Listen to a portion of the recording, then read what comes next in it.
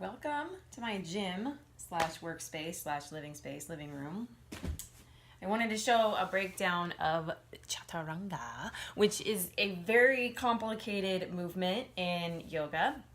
And so the first thing to do is to start by getting into a bridge pose. And I think this pose actually translates to a lot of poses in yoga. So you're gonna press down into your feet.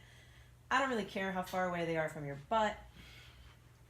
And then start to just kind of let the lower back relax and notice the space there. And then start to press it just gently into the floor, just lengthening it out till you feel the belly engage. Press into the feet, and we press into big toe mound, pinky toe mound, center of the heel, little triangle of the foot, have them about hip width apart. Press into the palms, the elbows, and the shoulders. So not pushing into the back of the neck or taking the chin to the chest, just looking up. Really, this is about pushing into the feet, lengthen out through the lower back, push upward into the feet. You feel the glutes engaged, the hamstrings, probably the quads. The abs are engaged. And you're just pressing into the shoulders, kind of packing them together. Breathing, and then lower down. Just do it one vertebrae at a time. Let the tailbone be the last to touch. And so that's the movement I want you to think about when you start getting into Chaturanga. So the next thing to do, or what I teach my students, is coming to a seat and put your hands out in front of you, and then let the pointer finger go forward, right? So you get like this nice external rotation. And so a lot of what you hear in yoga classes is to let the elbows graze the side of the body. And I don't teach that, and the reason why I don't teach that is because here's what happens. If I taught it that way, let's say I'm in my plank pose, right? And that's exactly what I'm doing. And I have my hands like this. And I start to get the elbows close to the body. What goes on with my spine is I start to compromise this. Because what you want is to keep that back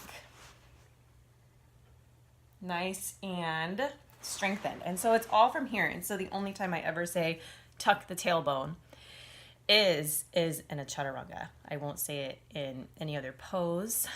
But with that one, I will say kind of scoop the tailbone or tuck it so you feel this engage, right? And so from here, right, I'm going down like that. If I make it all about the elbows, students could just go like that instead.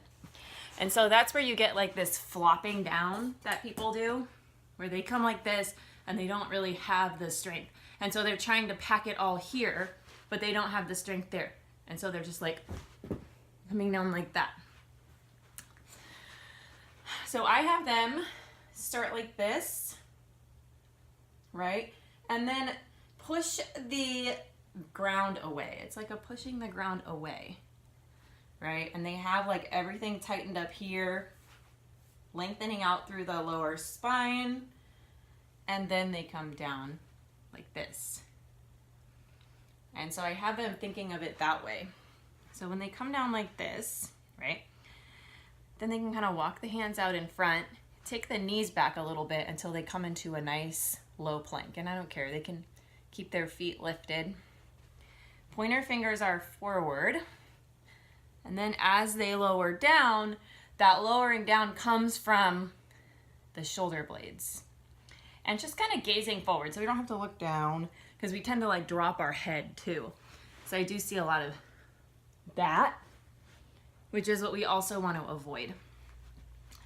And so we get this nice, pack the shoulders, if you're ready for this. Otherwise, stay on the knees, toes can tuck, they can flatten out, doesn't matter. Good. And you feel the glutes engage. Big breath. And then as you lower down, the shoulder blades go together and down the spine. So the belly and the chest hit the mat just about the same time. It really depends on your unique body. I don't have a lot going on upstairs, so for me, they hit the mat at about the same time. So we come into this plank. If you want to start it from the toes, right? Pointer fingers forward. I just say that some people, maybe that doesn't feel good. That works for my body. Pack the shoulders. So the shoulder blades kind of start to move towards each other. getting that belly nice and tight, then straighten out. And here is what we can see sometimes. You want to have, I might change the angle of my camera here. Hopefully that doesn't look stupid when I actually do it. Okay, so pack it, press into the toes, right? And I always say like zipping up through the belly, big breath in. And then you can rock forward if you want to, right? I keep tightening up there, the quads are tight. And then start to lower all the way down.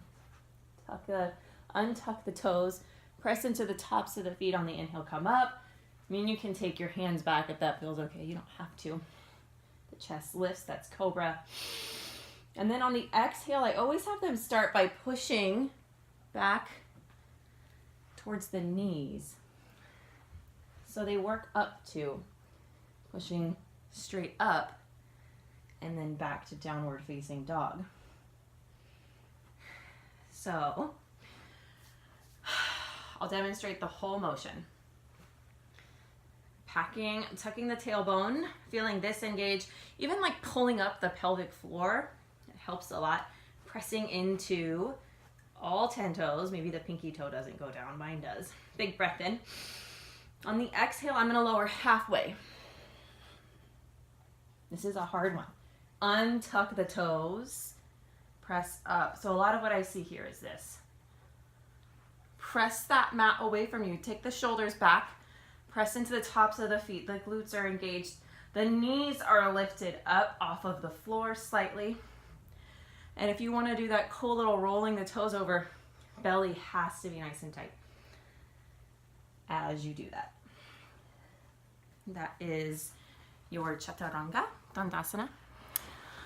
Let me know if you have any questions. That's my way of doing it.